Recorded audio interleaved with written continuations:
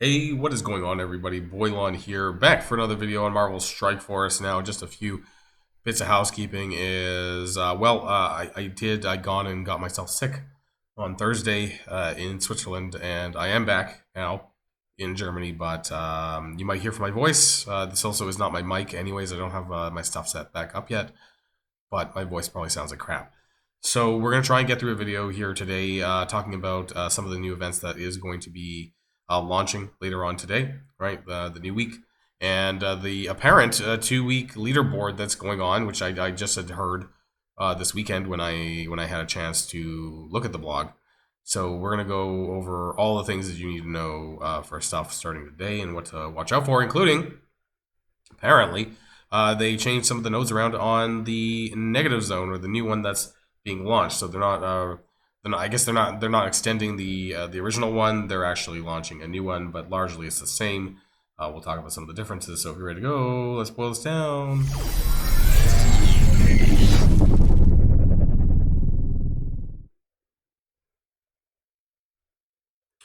Okay, let's just start in the events window, anyways. So you can see here that the old negative zone harbinger is over there, and then over here, I mean, it's the same thing.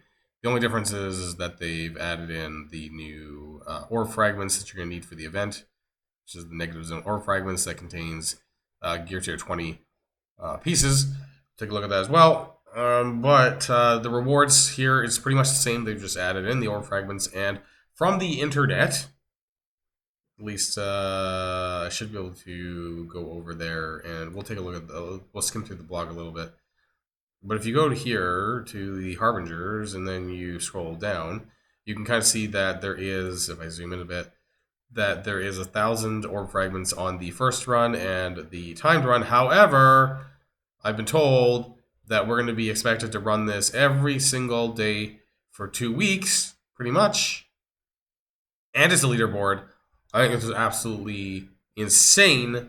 I want to kind of talk about this on the blog, though, a little bit before we jump into what changed. So Hyperion is going to be coming out on, is this Tuesday, Thursday?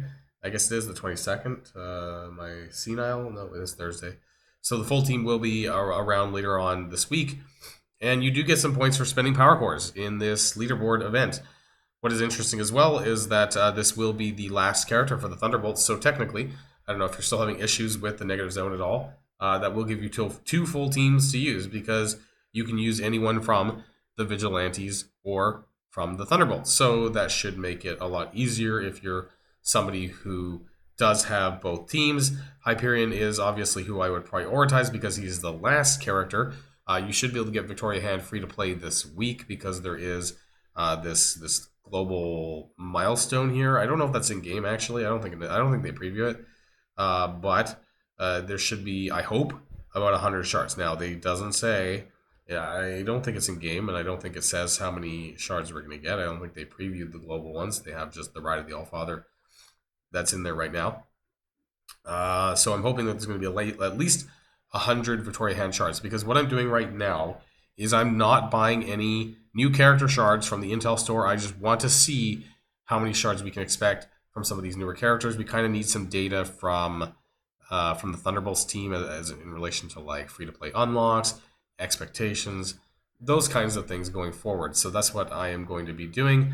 But this is going to be in relation to the Danger Room. And the Danger Room, I don't know why I said it like that, but the Danger Room doesn't actually go live until the 22nd. So that Victoria Hand milestone won't be starting until Thursday as well.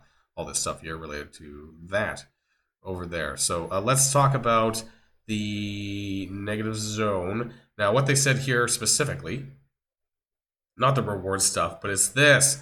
So we were made aware that during the first negative zone that there were rewards, at least on the nodes, for more than 2 runs. So the reason why this is important is because there is 2,000 orb fragments, like 250 basically, on 8 nodes. So if you want to do well on the leaderboard, you're going to be expected to run this every single fucking day, or whenever the cooldown's up, because you're going to get 2,000 orb fragments, which is points, right, for the leaderboard. And so I think that's a little bit crazy. I think if it was just for 1 week, that would be one thing, but now they're asking us to do this for 2 weeks, And I think that's kind of crazy, to be honest. But anyways, let me know in the comments down below what you think about that. Whether or not you're okay with running that. I feel like 2 weeks. There's really not much of a break, and especially if you want to be more engaged. But running the same thing over and over again. I mean, on manual for 2 weeks. I don't know. It's just bloated screen time, in my opinion. It's not that I mind doing this like for 2 runs, but to ask us to do this every single day, I think is a bit insane. And I don't know what they're thinking. Actually, I got to be honest. I think this is bugged, and that they have no way to fix the nodes rewards because it was not mentioned the first time around. And I think that they've just decided to say fuck it and let us run as many times as we want. But that obviously has implications for the event, which we'll talk about. The new well, this goes live later on today. They're letting us know once again on Thursday that there's going to be the changes to the shop credits. So, if you need to spend any of this, specifically the arena credits on arena orbs, the elite raid credits on the crimson orbs, right? Spending that, and then if you want to open some blitz orbs for some gold, I guess have at it. Otherwise, the rest of it's going to be turned into shop credits, which which is what I understand is that it's going to be exactly the same shit.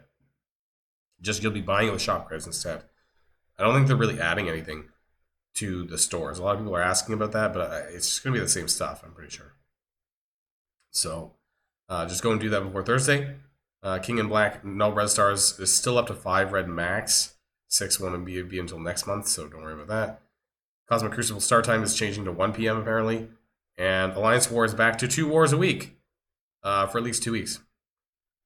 I guess during the time of this leaderboard and the danger room and things like that, they scaled back the Twitch drops. Now it's 4 hours instead of 6 hours because obviously 6 hours was pretty insane, if you ask me. Sorry to the the Twitch content creators, but having up to 6 hours of rewards was fucking insane. So there you go. I think I missed this reclaim because I'm sick, still kind of sick. And then we have the Ride of the Allfather event to earn Odin Diamonds. We talked about this in the data mines last week, right? Or on Friday, I think. I had my data mines video. And this is happening, but the difference is this is the first time it is a 2-week leaderboard. And why this is interesting, I think, and I don't know if anyone's mentioned it yet, but we normally have leaderboards every 2 weeks, right? And this might mean that we're going to have back-to-back leaderboards. I don't know if this is what is at stake here, because normally there's a 1-week gap in between where nothing's happening, I guess, no leaderboards. So it's possible that we might just be going straight from Ride of the Allfather into another leaderboard, and maybe like always having a leaderboard up, I suppose. And I don't know why they want to do it for 2 weeks, but there you go. It's going to be for Mystic Gear tier 20 gear.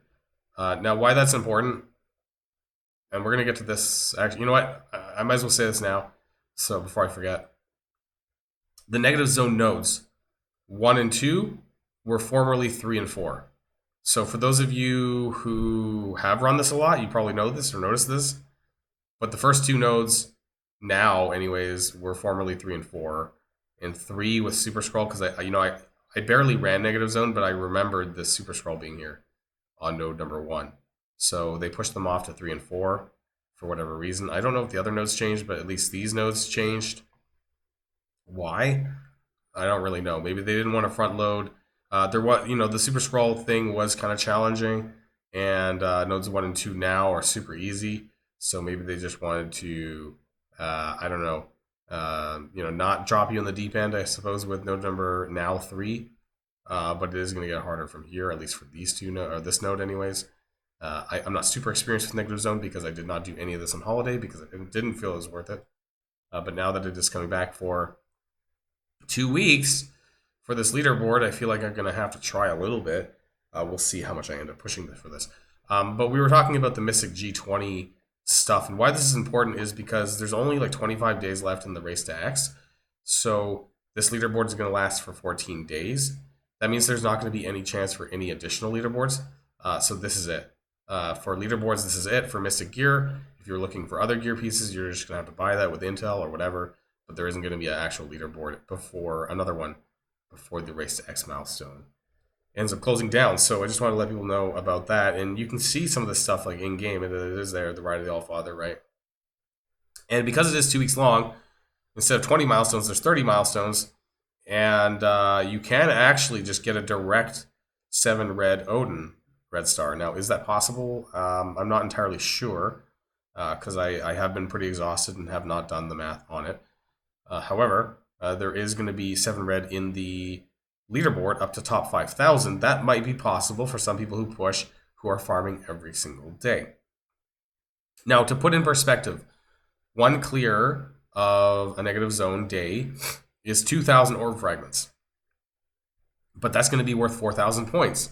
So if you wanted to make up with this by spending power cores, know that you basically need to spend 4,000 power cores to equal 1 day of clearing the negative zone. So, which means that negative zone clearing is of extreme value. That if you want to remain competitive, you essentially have to do this either, without, you basically need to clear this every single day. And as soon as possible when this opens up, right? So you have the time in between. So that's going to be really, really important. Like crazy important. As far as how far we're going to be able to get on the milestone, I can't say. Right? There is some packs in here for the negative zone health packs, which they're resetting. It seems down to 0. So there you go for that. You can find them in the different milestones. But where the points actually seem to jump up dramatically, right, is like maybe you can get free to play on this like milestone 21 for the 5 red. I personally do not think that this 7 red is free to play available because that's a lot of points, and otherwise it devalues this in the top 5,000 as well. Yes, I get that there is a 1 diamond in there at top 5,000 as well, but part of me doesn't believe that the milestones that far down is actually, you might be able to get like that 6 free to play, right? Because if you're doing just for sheer shits and giggles, right? I mean, if you're doing 1 negative zone run for 14 days every day, that's 4,000 points basically times 14. That's a lot of points. 4,000 because it's 2,000 fragments, but I doubled it for the points. So 56,000 plus the first times, so that's 58k.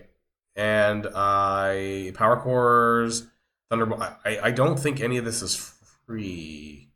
This stuff here, maybe it is, but I don't think it is. And then that means you need 78,000 for that. So like, yeah, 20,000 cores plus running the negative zone every day, you can get 6 red Odin or something like that. But yeah, that 7 is too far out, and I do not think that is available free to play. So just don't expect that to be, in my opinion. Harbinger Week 3 is going to be involving battling your raids in Cosmic Crucible, so that's not too difficult. There's going to be Harbinger Orb Fragments, raids with Vigilantes, or sorry, weekly objectives to earn that. That's going to be right from the that's from the negative zone, isn't it? Or is that a different orb? Harbinger Orb Fragment, isn't that? We already have that? Oh, there's the negative zone. It's a different orb. Sorry. Negative zone orb is there. What's the Harbinger orb fragment? Do we have that? Do we even have that? I'm confused. Must be something else then. Probably is shard related? I don't know. Premium objectives for Hyperion and Red Justice is the stuff that we always know. So there's a few things going on. I also want to check the orb actually now that I'm here. Guarantees 1. Oh, sorry. You're either getting 1 or 2 of these now. So you're essentially doing an entire run of the negative zone for what's almost basically going to be 1 G20 mini, or 1.5 even. So that's kind of crazy. I mean, what they're expecting us to do screen time wise, to do this every single day for this event. I don't like this. But I would be curious to know what your guys' thoughts are in the comments down below. I think that's, I mean, they're not expecting us to do it every day, but like that's going to be there. And then with the Danger Zone coming out, or Danger Room, sorry, coming out later on this week, there's going to be a lot of screen time going on, which is why they, backed down on the war, I guess, and moved it back to twice a week. But then we're going to have Alliance War, Cosmic Crucible, and all the other shit going on at the same time. It's a lot of screen time, I think, that they're expecting us to do. Maybe that's just me. I would love to know your thoughts in the comments down below. But that's it for me for today, and hopefully I'll feel better soon. And I'll see you guys on the next video. And if you like this video, make sure you hit that subscribe button if you haven't already, and you'll be greatly helping out the channel. Have a great day, and I'll see you guys on the next one.